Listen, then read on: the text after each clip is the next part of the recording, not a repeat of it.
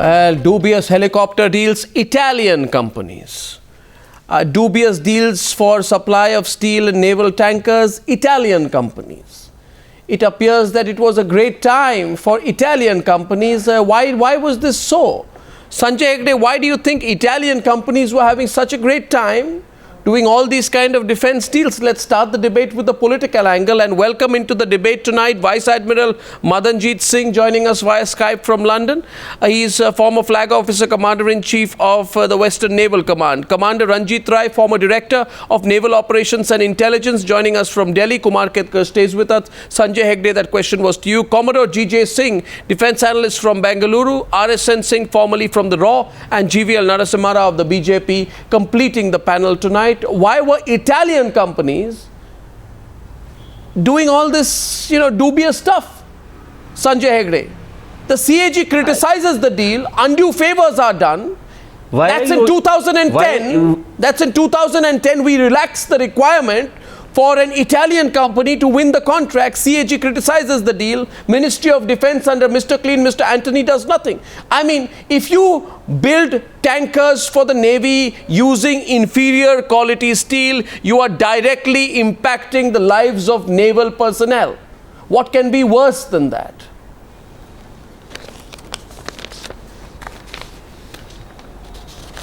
Okay, Arnab, if you give me a minute. Basically, let me turn the question around. Why is it that only defense deals which involve Italy are getting probed? Okay. Italy is no great arms supplier, nor if you take the total amount that you bought from Italy, it will be among the smallest. Why is it that all your deals with Russia or with the USSR are not getting probed? Okay, fine. Second point. No. I would ask this your question. Economic Times has just now reported. Now the question is simply this: why was leeway has just now reported that the Navy even now denies that there has been any probe? Hey, listen, the CAG criticized the deal. Italian firm Fincantieri was favored by the UPA government. The company won the deal for two naval tankers in 2009. Right? The Congress government, it is alleged, used the inferior quality of steel in the naval tankers manufactured by the firm, and the government is now scrutinizing details of a contract awarded by the Italian firm. Are you saying all Italian companies should be protected because they are Italian? What's special about being Italian? No. What's special about being Italian? All trade contracts with Italy should be terminated. All trade so you're saying the government's going after Italy? I am saying that all trade contracts with Italy terminate and put them all under scanner if you consistently feel that Italy is the question in this. Well, the question is, why was leeway given? The question is not contracts, as Sanjay Hegde asked properly. Right. Are you studying and scanning only those contracts which have relationship with Italy? Then terminate all contracts, put all of them under scanner. Well, if required, do that. All. Okay, GVL Narsimha, what really is the issue here, and why have you suddenly woken up to it? What's happening? You've suddenly woken up to looking at defense camps. Please explain that. Why now? Why not in 2015? Why not in 2014? Yeah. Why this sudden interest? But these facts have been, Arnab, these facts have emerged from the CAG report of 2010. I think but the CAG report of 2010 was not available to you till now? Respond to them. You didn't have it till now? No, I were not no interested? Information to say. The report would have gone before the PSC, wouldn't it? Any special probe that is being carried out now, but the facts speak themselves. What facts? Both Augusta Westland and this Fincantieri did you raise it in the PSC? Okay, 1 second. Let's get the naval personnel on the debate. Let's get Commodore G.J. Singh. Let's get Commodore G.J. Singh and Commander Ranjit Rai, please. Let's open up with them. 1 second, please. Question is this. I think there are 6 major violations reported. Question is this. Let me break down the charges for our viewers tonight. Can I get a minute to speak, please? No, GVL. Let's get the experts. Is there a scam here? Is there a scam here, Commodore G.J. Singh, and why? If so, why? Yeah, Arnab, just a minute. Please give me 2 minutes. Arnab, the point is... No, Arnab, you didn't give me 10 seconds. The warships do not buckle, break or develop cracks when they are out at sea in rough weather conditions. It is something unheard of.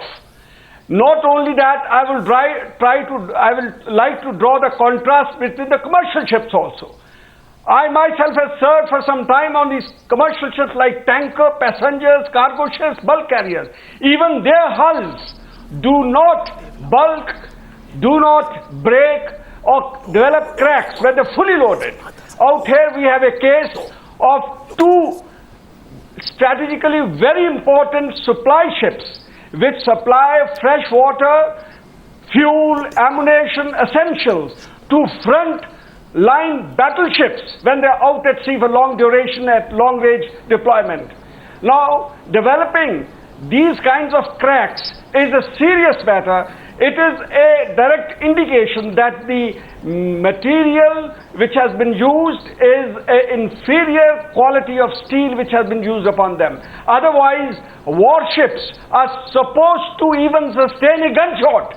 They are supposed to work and they're supposed to sail under roughest weather conditions. Out here we have found that the ship which is coming from, in fact these ships were escorting Vikramaditya from Russia, and they developed a stag on and they made you see, and the problem is, it is something very the problem serious, is, the problem, Commander Ranjit Rai, the charge is very serious.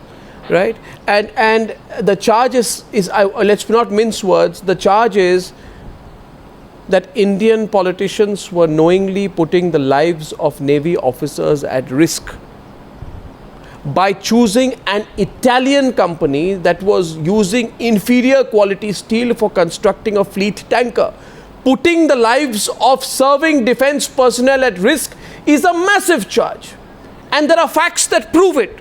Why was this being done, and why is this not a scam? Commander Ranjit Rai. Possibly bigger than Augusta. Well, Arnab, I think we should get the whole picture very clear.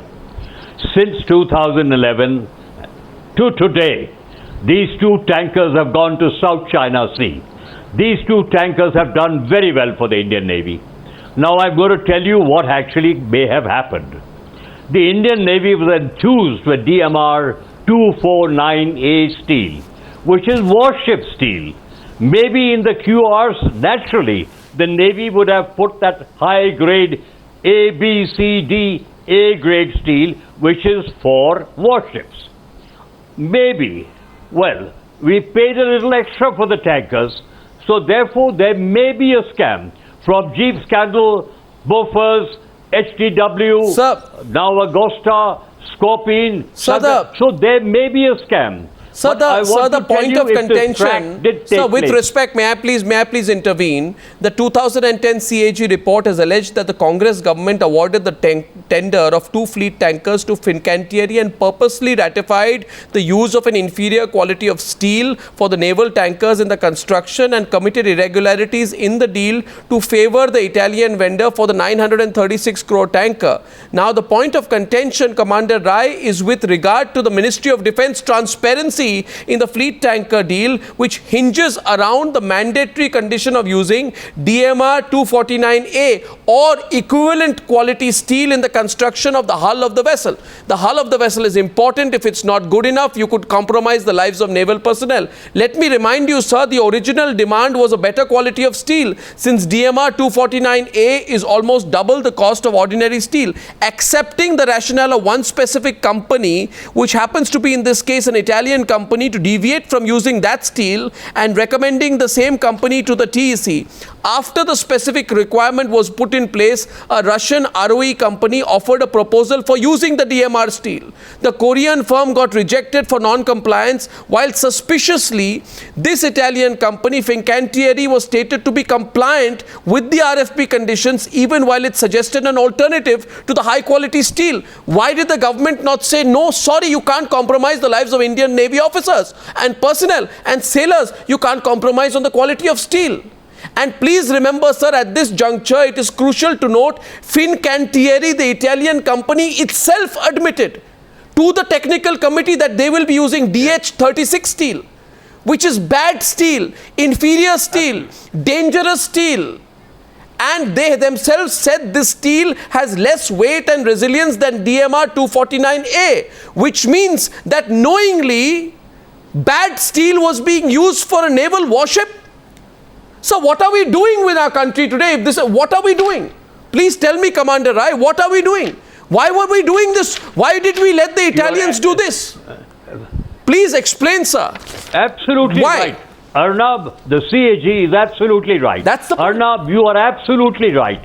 That is what happened. But do you know something? All over the world, tankers are called auxiliary. Even in the Indian Navy, we give it a number A. I think it's A50 and 51, if I'm not wrong, of the Shakti and the Deepak. But one thing what happened, and that is where the crux is. You're not supposed to change the RFP. No, sir. But the RFP was changed. So the point is very... RFP was changed because some tankers in the world... So why would you... Sir, you know this. And so, we remember, talk about defending there may be having a deal on Commander that. Commander Rai. Get that lesser steel. No, Commander Rai, you are a person of great experience. You know these matter much more than I do. And I'd like to get Vice Admiral Madanjit Singh as well as RSN Singh on the debate. My simple point to you, Vice Admiral Madanjit Singh, and thanks for joining us from London, is this. When we say we want to build a high quality warship, we say so that if tomorrow, God forbid, there is a war, there is a situation, we are in a position to intimidate the enemy and win the war. When you use inferior quality steel in a naval warship, you are basically saying we don't care if naval personnel die, we don't care if there is an accident, we don't care if it impacts us negatively in a high-risk security situation. As long as the Italian company is happy, nothing happens. Now, can you tell me, Vice Admiral Madanjit Singh, why this happened? And why? And since 2010, we don't even know about it, and the Congress government nicely put a cover on all this. Why? I don't have the full technical details of the issue that you are, brought up. But let's not make a political issue out of it. I want to just say what, as Commodore Ranjit Rai has already said, that auxiliary ships, including these two ships that we are talking about, are normally made on commercial specifications. If you go for military specification, the cost of these ships would have at least tripled. That is one. Secondly, sir, may I intervene? Does it not strike you? Even I don't want to make it political at all, sir. But does it not? Does it not seem strange to you that here we were? So 1 second. So same government was paying 4 times the amount of money to Augusta. No, 1 second. Same government paying 4 times the amount of money to Augusta, for helicopters which were of low quality, and then trying to save money not for the government of India or the Indian taxpayer, but save money for the Italian company so that their profit margins are higher by giving us rubbish steel. No. I wouldn't call it rubbish steel. As Commodore Ranjit Rai has already low said, quality, inferior. Ships have been in the naval service for the last many years. They've sailed all over the world. They're performing well. I have not heard any adverse or shortcomings about these two ships. Well, okay. I have. When one of these ships was coming to India from Russia, escorting INS Vikramaditya, it ran into rough seas, and the hull of a brand new ship had big cracks. That's the point which was being made by Commodore G.J. Singh. He says today, you've not hit an iceberg. What's it? Commodore G.J. Singh may want to explain on that. Commodore G.J. Singh wants to explain on that. Commodore G.J. Singh, please. No, what's it? Commodore G.J. Singh, go on. On the technical point. I just want to add here. I want to add here that the ships that Admiral Sir is mentioning about, they are not supposed to be seaworthy only, but they are supposed to be battle-worthy. In the event of war, these ships are supposed to participate in the war. They are supposed to participate in the battle. Then you cannot say that, look, this ship has got a shot and it has gone down because it was made of commercial steel grade and things like that. These ships are supposed to be the ships with the military grade steel. They are not supposed to be with the commercial. They are not merchant vessels. They are war vessels. They are not called the merchants. They are called men of war in the No. This is simple. I would say If you were to say watch it. At the same time, Admiral, while respecting your point of view, where you say that these matters are dealt with by commercial and not military considerations, though I would feel that the first consideration is to be military. Is the ship strong enough, good enough for our country's defense? And then we look at the money required for it. There is no point buying a paper ship tomorrow and saying we got it for a cheap price. Sir, please understand. No. Sir, please understand in this case. Excuse me. Let me just butt in here. Okay, go on. World over, all professional navies, most of them will make auxiliary ships as these ships are on commercial standards. And certain parts are made with military specs. Otherwise, the cost of the same ship would go up. I take your point, but let me give you one example, sir, and I want to I'll simplify this for our viewers. Please understand. You want a cake, for example, that is made out of Lindt chocolate, an expensive chocolate. Three bakers say we will bake you that cake. One baker suddenly says he will not use the expensive chocolate, but he will use a cheaper chocolate. Baker 1 is eliminated because he did not agree to your conditions. Baker 2 uses an expensive chocolate and makes a cake for 100 rupees. Baker 3 uses a cheap chocolate and bakes a cake for 50 rupees. Use Baker 3 saying that came at low cost, despite the fact that the low cost is a deviation from your own brief and an obvious difference in taste. Now, in this particular case, an excess provisioning of spares of 30.44 crores and under realization of offset by deviation from procedure is the issue. By reducing the offset amount and by excluding the contract amount of the spares, you basically let an Italian company get away with a figure of 62,34,000 euros or 36.62 crore rupees. I want to know from anyone tonight why an Indian government, an Indian Ministry of Defense, an Indian, a representative Indian government is so interested in ensuring that Italians make a lot of money.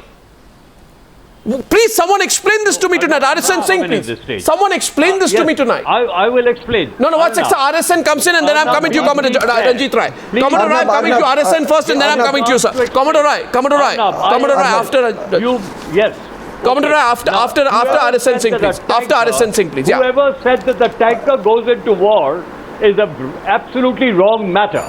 The tanker stays behind. It fuels the warships. GJ Singh. Therefore, that is the first. GJ. But yes, I agree with you. When the steel was changed, it was the wrong thing. Let me tell you, cannot the tankers are supposed to provide fresh water fuel when the ships are deployed on long range and for long duration. Coming from Italy. You cannot say that ships cannot go to long range and a long duration just because it is an auxiliary vessel. You relax. It has to supply. We both fresh water, fuel, ammunition, even in roughest of weather. No. If you've heard of the Warship overseeing team, if they found the most minutest crack coming back from Italy, they will report it because the ship is under 1 year guarantee. The Indian Navy guarantee is amazing. They would have reported it. Now we are making big. Yes, there was change of RFP, which is completely wrong. So the but anybody who says that the tankers are made to warship specifications, the damn thing has got a small peanut gun. It's got EW equipment. This matter was reported by the then Commander-in-Chief, Western Naval Command, Vice Admiral Singh. He had made this point. He has raised this issue of developing the cracks in the ship to the Indian Navy and to the government at that time. But the probe, he in fact asked for a probe. Get me the details. Get me the details of the crack. That was suppressed. Get me the details. If one little weld, is open, is it the steel or the weld? I would like Admiral Singh to tell me the details. Was it one weld? Was it a bus bar? Or was it the whole ship? Can you tell me? Sir, can I ask you one thing? Can I ask you one question? Can I ask you one question? Sir, please listen to me. One second. Gentlemen, see, you are the naval experts. I am not, and I want to get RSN also into the debate. But I just want to say this. Suppose there is a Jawan who's fighting on the border. One second. Suppose there is a Jawan fighting on the border. ये कितना बोल रहा है यार ये आदमी? Now, sir, one second. RSN, they are experts on the panel and they are having their point of view. Like you are an intelligence expert, they are naval experts. And hence they are going into the subject in detail. I am also an expert sitting here. Yeah. You can't hijack the debate like this. No, but they also have a right to speak. Go ahead, RSN. One second. They are all senior naval officers with divergent points of view. No, they can't go on and on. It's all right, RSN. Very often you also do, but that's all right. Go on, RSN.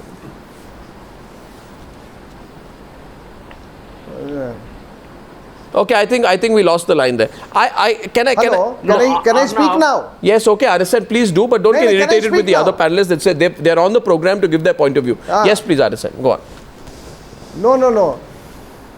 No. What I am saying is, I am fed up of this argument. It's a very specious argument. You know that just because a gun is firing, just because a helicopter is flying, just because a ship is sailing, that means there are no problems.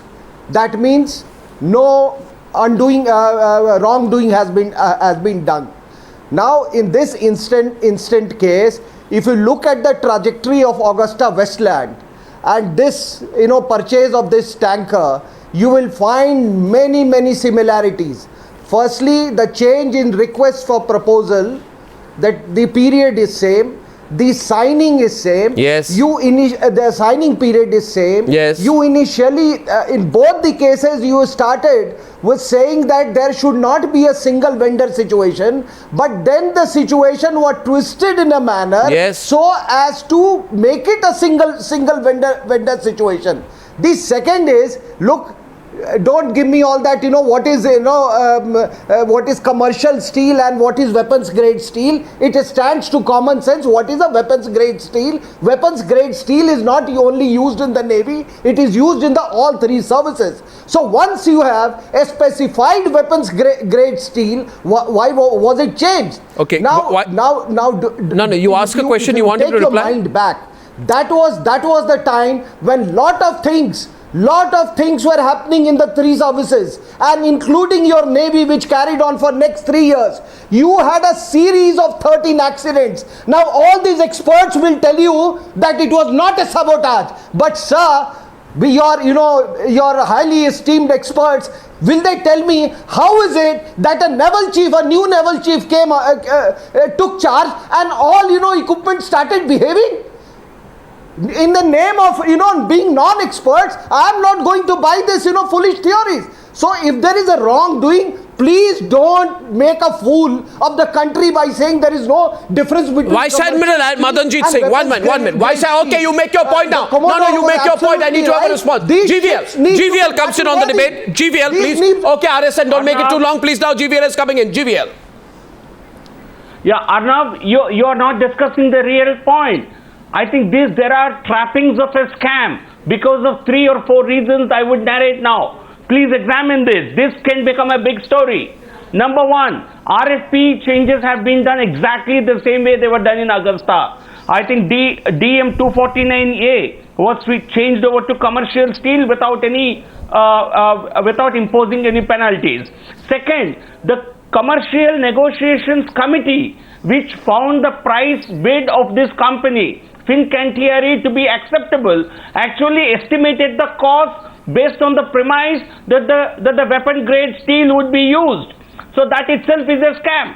They estimated cost based on weapon grade steel, but they offered the same price for a commercial low grade steel. It's a scam. And another interesting thing, by some streak of coincidence, exact price of the bidder was the estimated cost of the Cost Negotiations Committee, Commercial Negotiations Committee. This is something that happens very rarely. You see. Another important thing, just one more. April 2008 was the month I would say I would use the word. When these warships were allowed, their proposals were sanctioned. It was the same month when Augusta Westland helicopters were actually accepted for commissioning, which actually means there is something going between we therefore possibly you have the same middlemen and brokers in this. Yeah, one second. Only one and same the bribe recipients. GVL, only one very small point. Our political class, irrespective of NDA or UPA, is not metallurgists or engineering competent class. So unless they are advised what kind of steel, what kind of cost, what kind of machinery pass the buck to the defense. So why not any member of the committee? CAG why not any member of the committee? CAG report. Why CAG report is not the question. Plain cheating. The committee which recommended the committee which recommended technicalities, the committee which recommended cost, the committee which recommended the quality of the ship. Why the committee is not talking about it, and why we are talking about? I am not at all concerned with the quality of but I am. But I am because I'll tell watch it. We all are. Yeah, sure we are not. I am no competent authority in metallurgy or engineering or Navy. Kumar Ketkar, Mr. Ketkar, continued with Mr. Ketkar, that is why we go with the report. Mr. Ketkar, the company has admitted that it is low quality steel. Let there be no doubt about it. One second. We have naval experts here. Kumar Ketkar, and the committee which passed this and cleared the price, they should be brought in. And not those people who are not involved. I am not involved. They are also not directly involved in recommending or Kumar Ketkar, 1 second please. Understand the point. Now I say tonight, and I want to ask you, Vice Admiral Madanjit Singh, why would anyone send a Jawan on the border with guns made of wood or plastic instead of metals? And then if the guns made of wood were firing, then you'd say, why is anyone complaining? In this case, we know we are all concerned in some way as concerned citizens, because we know the importance of the Indian Navy. Had it not been for the Indian Navy, India would not have tasted the magnitude of victory during the 1971 Indo-Pak War. So the Navy has been cheated by giving them low quality steel for tankers. Now INS Deepak has a huge capacity. It's some 17,900 tons of cargo, 15,000 tons of fuel, 4 AKs, massive 630 guns, shaft launcher system. I think it's disregard for the sheer naval strength if the Ministry of Defence is knowingly compromising on the quality of a carrier of such enormous strength. But you are and fleet tankers. As far as fleet tankers are concerned, fleet tankers fill a huge purpose of carrying fuel and weapons for the Navy. You use cheap steel just because it is going to help an Italian company, Vice Admiral Madanjit Singh. What's going on? This is directly compromising the lives of our naval officers. Vice Admiral Madanjit Singh on the Warship scam. Vice Admiral Madanjit Singh, please. Yeah. Okay. Let me just say a few things. First of all, I'm repeating this anyway. All professional navies, including the US Navy, use commercial spec steel on the main hull of ships of this kind. They are warships, yes, but they are not deployed in an area where they come in close combat with any other enemy ship. Secondly, may I just come in here? Sorry for interrupting again. Then can you tell me why the original demand was for a better quality of steel, and why they compromised? If that is the case, why did they? Arnab. No, why did they don't want to see if using another quality of steel was not a deal breaker? Why was there an insistence on it for the first place? Because by the firm's own admission, DH36 grade steel has less weight and less resilience, while compared to DMR 249A, the chemical compositions are different and they cannot be treated as equivalent to each other. Why was the initial insistence on good quality steel? Later you decide that if you give good quality steel, the poor Italians aren't going to make enough money. So let's help the poor Italians make a little bit of money. I mean, at the end of the day, why are we so concerned about the Italians and everything? What was going on in the Congress government? The whole concern was to be somehow Italian companies ko khush kijiye. Kyun? Why? I can't comment on that. But the point is, that's the question the whole country is asking. The professional naval staff at naval headquarters are unlikely to compromise on issue of this nature. The RFP will specify the kind of steel. In the same kind of steel, you can have different manufacturers providing the same result. No. There wasn't a level playing field for all companies, given that another company was eliminated for not using the required steel. Please realize, sir, how transparent this is. There were 3 firms. Only ROE offered a technical proposal for using DMR 249A or the equivalent steel. I am reading from the report. The offer of HHIL was rejected due to non-compliance with RFP provisions, which included non-usage of a certain kind of steel. So when you are not an Italian company, you are told you have to use good quality steel. When you're an Italian company, you are saying koi bhi raddi se utha ke aap laga dijiye, there's no problem with it. Use any steel, there's no problem. I can't comment on that. But that's the issue, no? That anyone that's the issue. Would be taking a decision of that nature. Not only that, even at the time of construction of a ship, there are surveyors, like we have the Lloyd Survey Company, we have Indian surveyors, where those people come, they check the quality of the steel, they make sure the welding is done properly, their examiner comes, he goes through the whole ship's hull and makes sure that everything is fine. Otherwise, without these surveyors, you cannot construct a ship. Out here, we have got these Italian surveyors who has obviously compromised because they were using producing a poor and inferior quality of steel. The question, there is no rocket science to understand. This is a simple case of corruption, simple case of using poor quality of steel. No, and I think, you see, what's going to happen out here, Vice Admiral Madanjit saying, is that the blame eventually will be dumped on some naval officers, because the politicians are going to get away and they're going to say, listen, we were misguided by the naval officers. And the cracks in the fleet tankers suggest that the Congress government put in danger the lives of hundreds of brave soldiers who joined the Navy by putting them on a ship made of inferior materials and leaving them to fend for their lives if things go wrong. I mean, who would be responsible? The previous speaker, I don't know who he was, said that there were Italian surveyors. No, let me tell you, even if a ship is being built abroad, it is the Indian surveyors, naval officers who go and do the survey. Commander, right. At regular intervals. There's no question of Italian surveyors trying to thrust some stupid steel on a ship which is being built fast. And stage payments are made on the basis Arnab, I must congratulate you. One sec. Sir, listen here, sir. So my point is simple, sir. My point is simple. Arnab, so we are proud of our forces. We are proud of our forces. We know the commitment and the sacrifice that the forces make. This entire country comes together to fight for the forces. And we know that in cases like this, there will be black sheep, like in this case, the Tyagi brothers, but we can't say all senior defense personnel are corrupt. The fact is, how did the ministry sign off on such a deal? It's the ministry which does, right? Commander Rai. Yes, Commander Rai. Yeah. Arnab, you have done a great job on this debate. You have educated the country, and you are right. If the Navy was asked by the Ministry of Defense that, listen, this company is crying, we want to tell you, can you change it from DMR 249A? The Navy must have had a meeting and taken a decision that the government wants to change. There is no objection. You will be very wrong, Arnab, if you tell me that tanker was unsafe. The Merchant Navy will be saying about Arnab that he is calling the tankers round the world built with commercial steel unsafe. They go through worse weather than the Indian Navy. A tanker never goes into war. If Admiral Madanjit was a commander at sea, which he's done very well, he would never send the tanker into harm's way. But yes, where there is smoke, there is fire. There should have been a negotiation on the price. So therefore, there may be a scam. The CAG has done a wonderful job. He's a bureaucrat. He says, why the hell did you change the specifications? You're not supposed to change the RFP except by the DAC in a very special case. You must know the DPP. So the CAG has smelt a rat.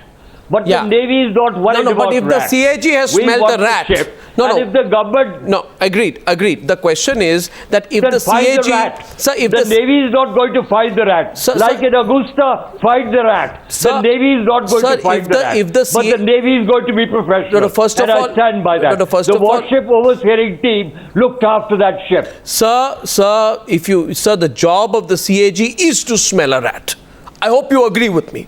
That's the fundamental job of the CAG. Go smell the rat. Now the point is going from there, and my question goes to Sanjay, Hegde and GVL Narsimha and Kumar Ketkar.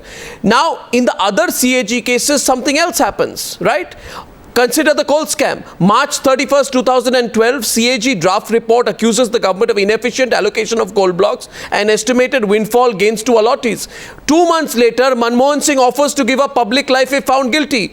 2 months later, the CVC directs a CBI inquiry. In August 2012, CAG's final report tabled in Parliament. In 2013, CBI registered FIR in the coal blocks case. In my question is, if there's so much action on that case, then why in this case, 2010 CAG submits a report against an Italian company, and the government then pretends nothing happens, let's put it in the cupboard, let's forget everything about it, let's not talk about it. Why was nothing done? Why was there no action in the CAG case? Why? Yes, Sanjay. Let me tell you this. Yeah. The CAG report is kept before the Parliamentary Accounts Committee. Now, if the PAC examines it and recommends no other action, nothing gets done. If you think that based on the CAG report, criminality has occurred, please go That's to court. that's and not the ask argument, either for GVL. criminal investigation. No, that's not the argument or I'm making. I'm not making that truant and slightly frivolous argument that you're putting. That's the only way. That is the only way that you have to do it. No, I am saying who was to take responsibility when the CAG voiced concerns about the combat readiness. If you have to set the law in motion, there is a way you do it. Sir, please understand why was leeway given. No. If you want to set the law in motion, you have to do it in a particular way. Listen. Argument is very simple in this case. In the 2G scam, you act on CAG reports. In this one, you don't.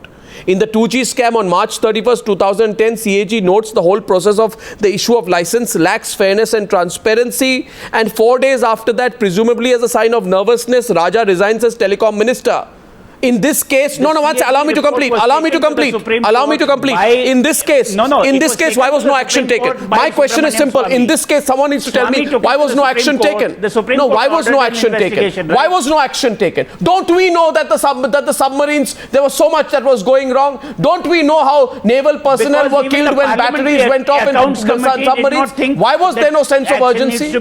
No, I mean, I'm sorry, this is not about the deal. This is about national security and the lives of naval personnel. Absolutely. Sanjay. 1 second, GVL. GVL. Who was in charge of the submarines? GVL. No, it's bigger. The very Admiral out here. Sheikh Hasina was in charge of the submarines. Yeah.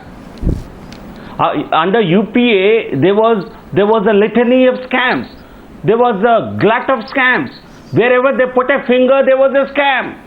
So certainly certain mega scams acquired a great deal of public attention, including media attention. You are in power for the last 2 years. Obviously why don't you start investigating? These corruption scandals. Cancel all the deals. These corruption scandals did not all the deals require cancel all the deals signed by UPA government. Cancel all the deals signed by UPA government and start afresh as if confused about this. We don't need any. Okay, closing in a minute, 30 seconds. Cancel everything. UPA is a scam. Idea is to find out, to streamline these processes, which is what this government has done. Every deal that I think UPA 2 years into office, you can't even point a finger at us. Is going to have a scam because we have run this government with a degree of transparency and accountability. UPA was completely corrupt, the most corrupt government ever in the history of this world. All right, now you're saying every UPA deal is a scam. Okay, now at this point of the debate, I have just one question. I have one question. I don't think that the Indian Navy, which did not back down during Operation Rahat, evacuated 5,600 people from Yemen, deserves to be treated like this. The same Indian Navy which takes out Operation Sukoon, evacuates 2,280 people, not just Indians, even Sri Lankans and Nepalese, from conflicted areas of the 2006 Lebanon war. This Indian Navy does not need to be treated like this. And one argument I don't buy, Kumar Ketkar. Don't tell me the government was being thrifty. We were saving money. We were so bothered about taxpayer money. The government was not being thrifty. The same government was spending money on Augusta West. Nobody has made that argument at all. Well, nobody has. No, even on this, they paid the money. I thank you. High-grade steel. They paid this company. I think we are heading towards a big defense scam. Do you think so? Second question: why did Italian companies have such a good time? This question is a question I put to all the viewers tonight during the Congress government. I thank you all very much for joining me on debate number 2 on the Newshour tonight. Thank you.